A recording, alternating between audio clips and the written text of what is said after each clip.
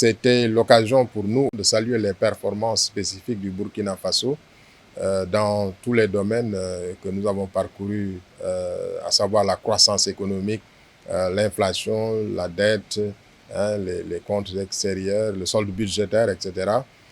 Dans tous ces domaines, nous avons noté des résultats appréciables aussi pour le Burkina Faso, plus qu'appréciables d'ailleurs pour le Burkina.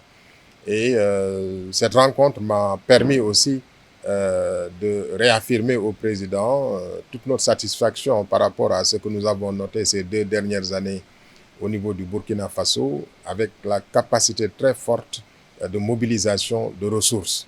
C'est une expérience que nous avons notée et qui doit être partagée, cette capacité à mobiliser des ressources qui permet de consolider les comptes publics, de consolider la situation budgétaire et de donner plus d'espace budgétaire aux États pour faire face aux besoins des populations, faire face aux différents engagements qu'ils ont. Je pense que cela est important et nous avons aussi marqué toute notre satisfaction aussi par rapport à beaucoup d'initiatives prises par le président du Faso dans le cadre des politiques de création d'emplois. Nous avons échangé sur le Fasonabo, qui est une initiative très importante que nous saluons, qui est une initiative IMO, comme on dit, haute intensité en main-d'œuvre, qui permet de donner plus d'emplois.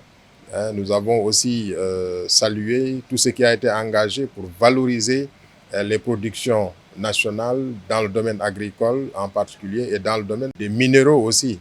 Donc tout cela, c'est pour valoriser, créer plus de valeur ajoutée, exporter plus de produits de valeur à l'extérieur plutôt que d'exporter uniquement des produits bruts.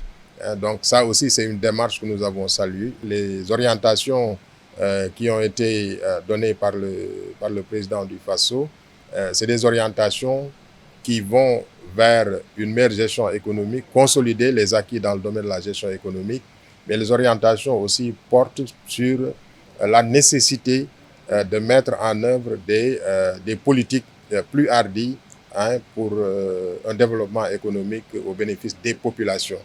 Donc les chaînes de valeur agricoles, les chaînes de valeur dans tous les autres domaines, c'est bien d'avoir les politiques, mais le président a particulièrement insisté là-dessus. Avoir les politiques, c'est bien, mais les mettre en œuvre, c'est encore plus important.